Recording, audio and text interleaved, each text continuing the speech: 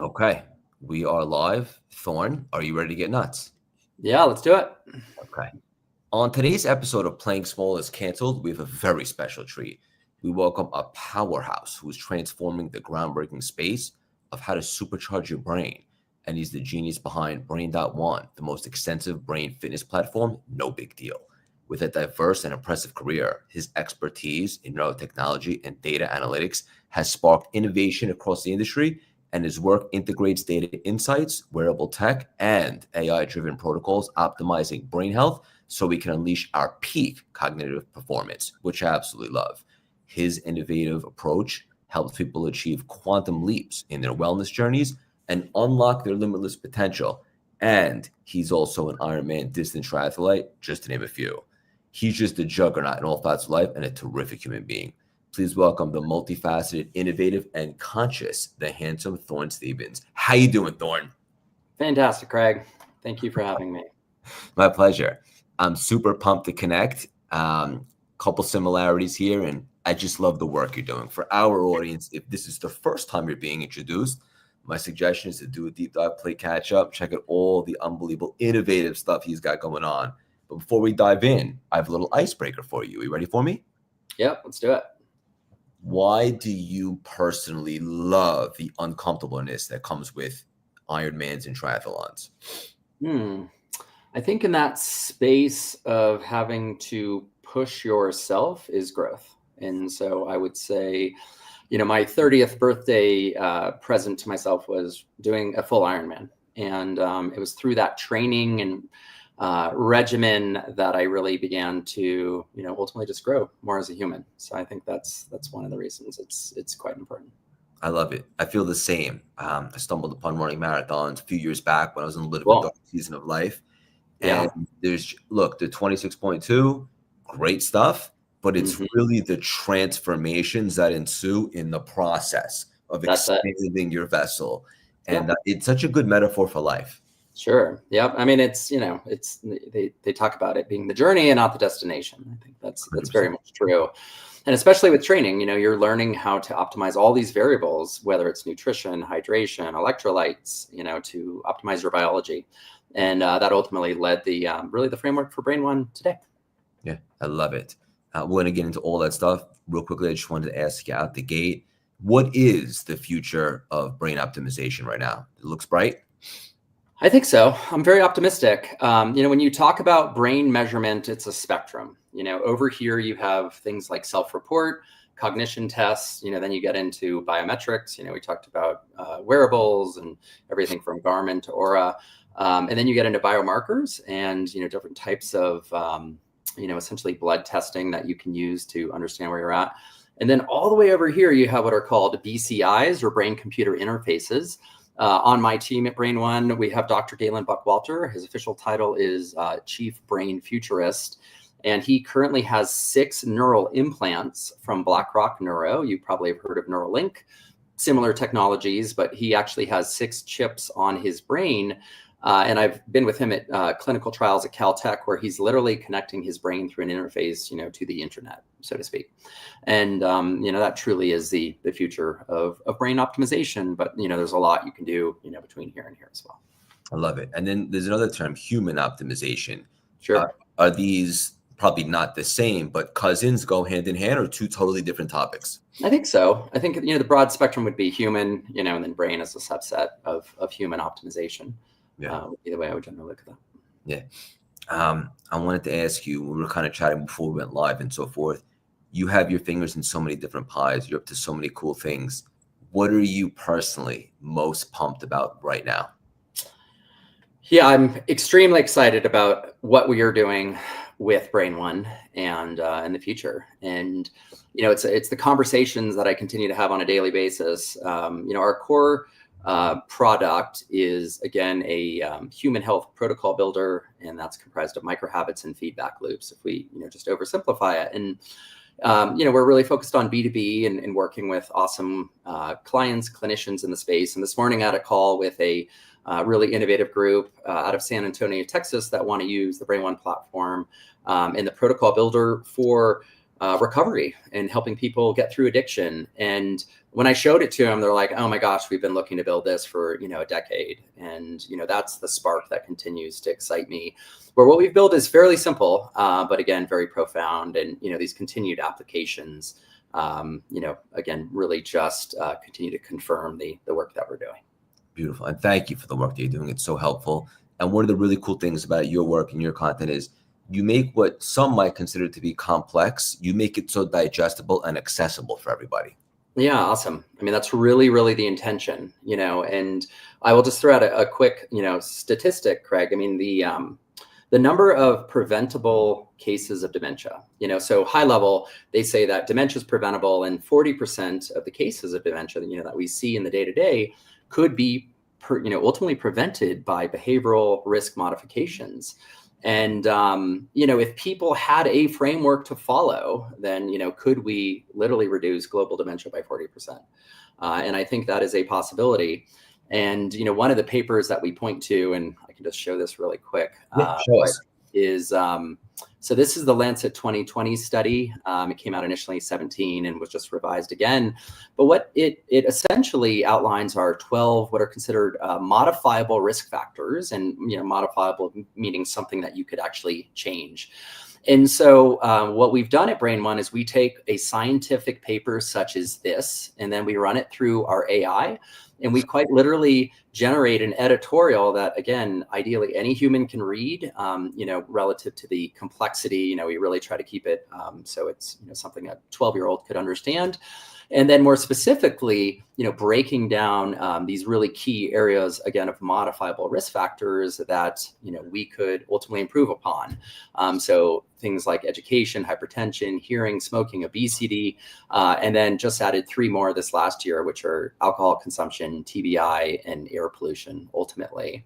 And so we take these scientific papers, we run it through the AI, we get an editorial, and then secondly, we also build essentially a protocol. And this is just a quick snapshot of Brain One, where we've built, we think, the world's largest, essentially catalog of health protocols. We have ones that are science-backed, we have community, we have health influencers, we have traditional protocols going back thousands of years where we could find the information.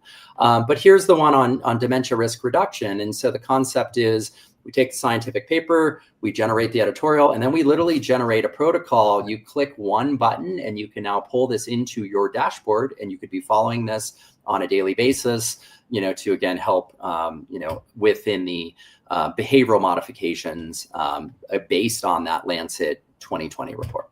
Beautiful. Beautiful. You mentioned alcohol consumption right there.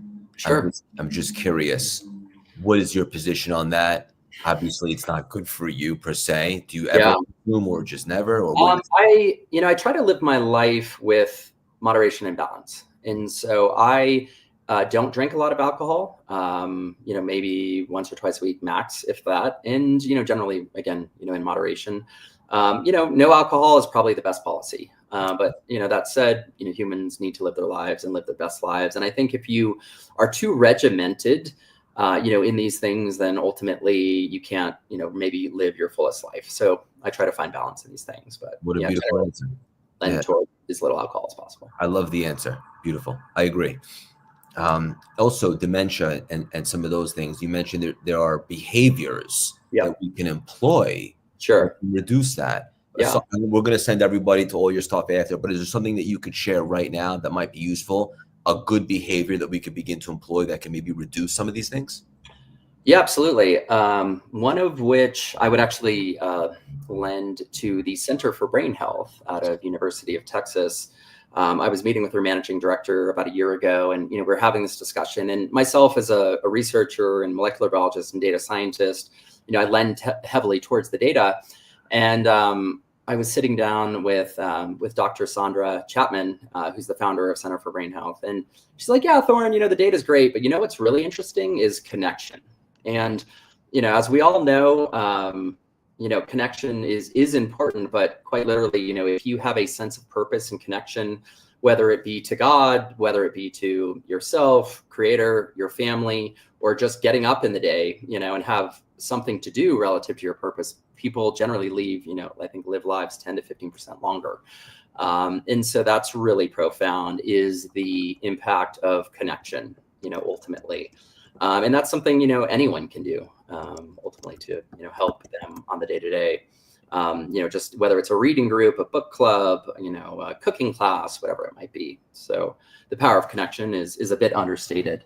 One other that I could share related is around not,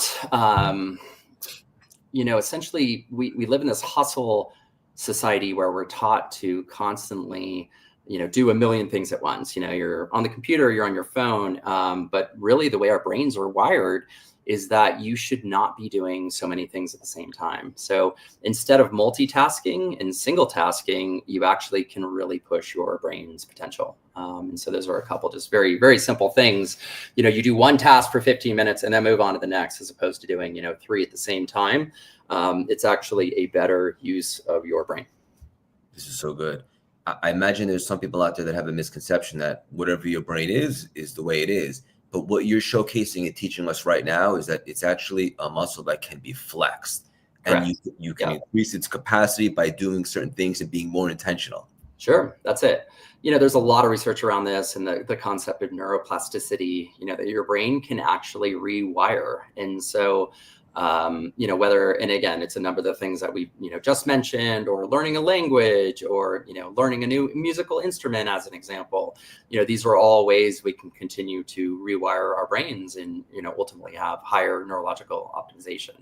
And some of them are, fairly simple. But again, that's what we find to be the most pronounced in what we're doing is, just having a structured framework that anyone can follow, really sets the stage, for that success, as opposed to, our grandparents who are maybe locked in, old person's homes and, don't really have a blueprint or a framework of what they could be following on the day-to-day. I love it. And frameworks work, right? Like, even if it's not the best workout routine, as long as you have a system or a framework, something that you can follow, it moves you a little bit further ahead to whatever goal that is that you're pursuing. 100%. I mean, I agree wholeheartedly. I found when I was Ironman training, I was actually the most efficient when I had that framework of all the things to do, as opposed to, maybe just a loose plan. But, when I knew every single day, what I had to get done to, basically meet my goals, I was definitely the most efficient. Beautiful. This is so good. You mentioned creator a little while back. Based upon the nature of the work and the wisdom that you share with the world, I imagine spirituality is important to you. How important is spirituality to you? Very important. I grew up in a household where I learned at a pretty young age about the Eastern religions, and so that was pretty prevalent, from the Bhagavad Gita to Siddhartha, and so forth. And then as I began to spend more time going to South America and in the jungles of the Amazon, I had my first experience in the upper Amazon of Ecuador when I was 15. And, that really was life-changing to me. And, whatever you call it, whether it's God or, any name. And again, it kind of goes back to that connection piece, taking time in the day to, really sit down and, be intentional and try to connect. I mean, I think is great. And again, whether it's called prayer or meditation, in my mind, it doesn't really matter as long as you, ultimately take that time to connect to whatever that is. It's interesting because when you were talking about connection before, I imagine everyone that's watching is going to catch a replay. They might have assumed that you meant connection, like being around other people, like community, but you also mean a connection to spirit. Spirit. Absolutely. Whatever you call that, it doesn't matter. Or even if, you don't call it anything and it can be yourself. But yeah, I think it's really, both within humans and that connection there, but also just, within yourself and, whatever that spiritual path might be. So, yeah, I love it. I was listening to something where you were speaking somewhere. I forget where it was. You were talking about how early on you learned how to optimize your own biology. Is that right? Yeah, absolutely. Yep. Yeah. So it was really from the Ironman experience, where again, I went to a school for competitive snowboarding. And so skiing, snowboarding has very much been integral. And then I became a molecular biologist. And so it was in my 20s and I was never really a runner per se, but my mother was like, come on, let's go do a Susan G. Komen 10K. It started off with a 10K and then I went to half marathons and marathons. And then again, triathlons and Ironmans. And I'd done a few, and I, it was okay. I wasn't super fast, but it was when I really began to use things like, wearables. Right now, this is the Enduro 3, one of the newer Garmin's, that I could, really optimize my own biology, and tune that biology. And so by using things like heart rate or, heart rate as an example, I could see, this is how I can manage my lactic threshold. So I can go longer, harder, faster, over time. And then as the wearables have evolved, then they began to incorporate things like HRV. So, you can use HRV as a measurement of your parasympathetic nervous system. And so you can really dial that into, how much sleep and recovery that you're putting in.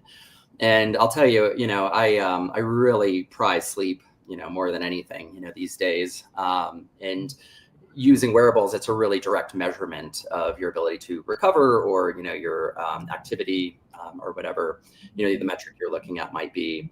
And I think it's really quite exponential, and it's also pretty cheap. People can use these tools, for a few $100s, and what it can really help tell you about your biology is really quite literally everything. I couldn't love this more, because I used to have this mentality that, I'll just sleep when I die. Yeah. Right? Like I could operate on 5 hours, no problem. That was Sure. before I tapped into my spirituality, and I was more my masculine. Now with all the marathon stuff, and I got the Aura ring about a little over a year ago. Sure. And if I could sum it up as to why it's been so helpful, it's accountability, right? And now you can check the metrics, and you can see how or where you might perform the most optimal. And then ideally you want to reverse engineer so you can stay in that state. And so rest and sleep is something that specifically right now, like 2020, I'm putting such an emphasis on. I know now it's so important, and it really does make a difference. And the stuff that you just mentioned, anybody can at least be, even if you don't know where to start, at least it'll help you become a little bit familiar, and you could be more proactive. 100%. Yeah. Yeah. Again, it's like we live in this multitasking hustle culture where, you got to be doing the grind. And I think that can be important, but, again, it's also just as important to rest. And, the reality is you could be doing all the things on paper to help, your neurological optimization. So things like nootropics, or, following one of our protocols, with advanced supplementation and, micro habits. If you're not getting the proper amount of sleep, then it doesn't matter. Literally, if you're not getting enough sleep, you cannot have an optimized brain. So, really our approach at Brain One has been to just oversimplify and break it down to the basics. And, again, parasympathetic recovery and sleep is obviously an integral part of that, alongside with, proper nutrition. Same thing. If you're not eating correctly and you're eating a lot of processed foods and, not really, high carbohydrates, things of that nature, it obviously just increases the complexity. Beautiful. One of the many cool things that you do is you speak a lot. You speak all over the world and so forth. I imagine you get asked to speak about a lot of different things. What do you feel most connected to right now? Like, what is the message that you really love to share with audiences? Yeah, it is. I would say, again, the like just the trajectory of Brain One that we're seeing is really, really exciting. And, the athletes that we're actually starting to work with as well. And, initially when I developed this, it was kind of from the perspective of an athlete, peak performance, but, now we're pulling in NFL Hall of Fame guys, and we're working with Darren Prince, who represents some of the biggest names in. Love Darren. Yes, absolutely. Amazing. He connected us. Yes, exactly. Yeah. Darren is an incredible human. And as we've gone down this road again with like peak performance, but also athletes, we're meeting again, some of the biggest athletes in the world. We were just met with Jeannie Buss and the team at the Lakers, a couple days ago. And we're just very excited for the, possibility of working with, these athletes that then can publish their protocols. And so a secondary kind of aspect of Brain One, which I didn't know initially when we developed the system, but is, if you follow a health influencer or an athlete, do you ever ask, I wonder what their health protocol is? And that's exactly the question that Brain One ultimately addresses. Whether it's a pop star or again, NFL or whoever, you can actually come to the platform and you can see, what they're doing on their day-to-day. And, what is it about their health routine that allows them to be and live so healthily? And And we're very excited about that. And it really hasn't been done. So that concept of really socializing someone's health protocol is very, very exciting. And we continue just to see a lot of momentum and just opportunity there. And, the other piece I would say too is, the protocols that we're developing, one of the, relative to accessibility, we're trying to develop them so anyone can do them. Like anyone can download the Lancet 2020 dementia protocol and follow that, give it to their grandparents. And also, a lot of these protocols you can do at home, like as an example, like cold plunging, for, the management of your nervous system. It can be a great tool. You could spend a lot of money. You can have a cold plunge at your house. You can do cryo freezing, or, here in Colorado, you can go in the river, literally, and you can do a cold plunge that way, or you could do a shower and, do that for free. And so we're really trying to make sure that these protocols are accessible, and it's not just for, humans that can afford all the expensive supplements and treatments, but, it really just levels the, the playing field, again, through, the different types of micro habits. Micro habits, that's a word you like to use often, and these are transferable to people. Absolutely. Yep. 100%. Yeah. So good. What's next for you? I mean, it's kind of a loaded question.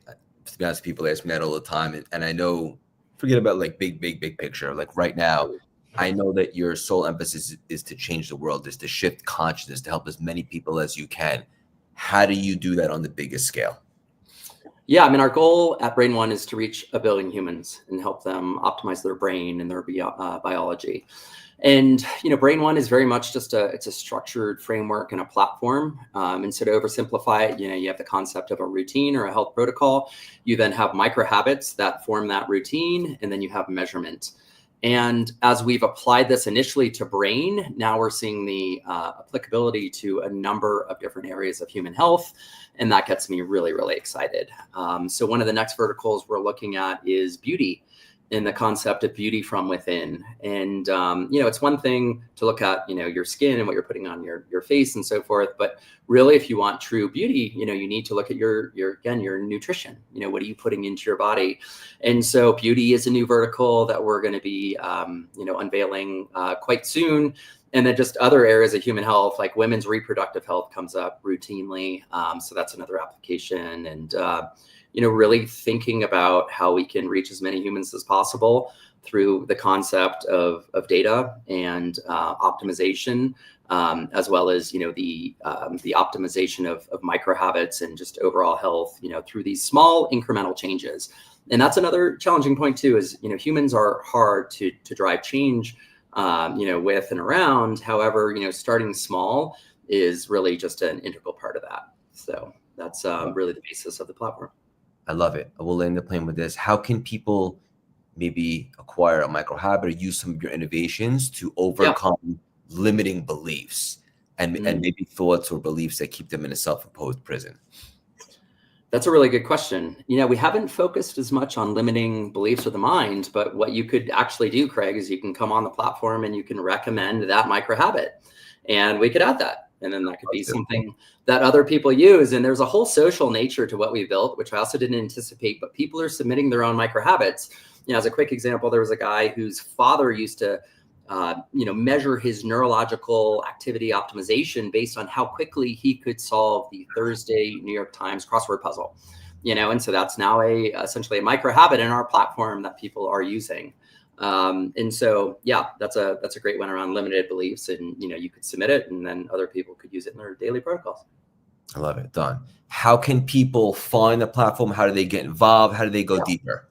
Absolutely. So they can go to Brain One, and they can join our wait list. If they mention Craig, we can put them to the top of the list. We do have a few hundred users, ultimately waiting to get in, and we're allowing them in as quickly as we can, but we're being just very judicious and, want to make sure we can, really have the best experience possible. But that's a great way to start. And they can also reach out to me through there as well. This was awesome. Just the beginning. Look forward to doing many more things. Yeah, I look forward to it, Craig. Heck yeah. Before we hop off, we're going to have a little fun, a little rapid fire, maybe 1 or 2 word answers, 30 seconds. Are you ready for me? Let's do it. Favorite musician? Jane's Addiction. Okay. Your favorite movie? Movie. Let's see. It would be an old 70s Western, Comes a Horseman. Nice. A book that really inspired you. The Fountainhead by Ayn Rand. That was easy for you. Favorite workout? Workout. So I live in Colorado and we do a lot of uphilling. And so, we literally climb mountains and ski up and snowboard down. And that's probably top of the list at the moment. Beautiful. Okay. Your favorite guilty pleasure? Ice cream. Oof, Depends. But yeah, I try to do zero sugar. But it's one of those things like you have to live in balance. And if I'm at a great restaurant that has a great dessert, a great ice cream, sure, that's definitely one. I love it. Last one, very deep stuff. Your favorite morning ritual essential? Yeah, favorite morning ritual essential. So I try to do, roughly 20 minutes every day of meditation. And then more recently, I've been playing with a form of bioresonance called the biocharger. And, the concept here is you have different frequencies. And so I've been doing about 20 minutes of meditation with the biocharger on a daily basis and, seeing how that impacts my overall health. And it's been fantastic. Beautiful. This was incredible. I'm going to put all this stuff in the show notes. Thoryn, hang out for 1 sec. I'm going to kick you after. Sounds good. I personally guarantee that your best is yet to come. Thank you genuinely so much for stopping by today and dropping these priceless, juicy nuggets. You got it. Thank you, Craig.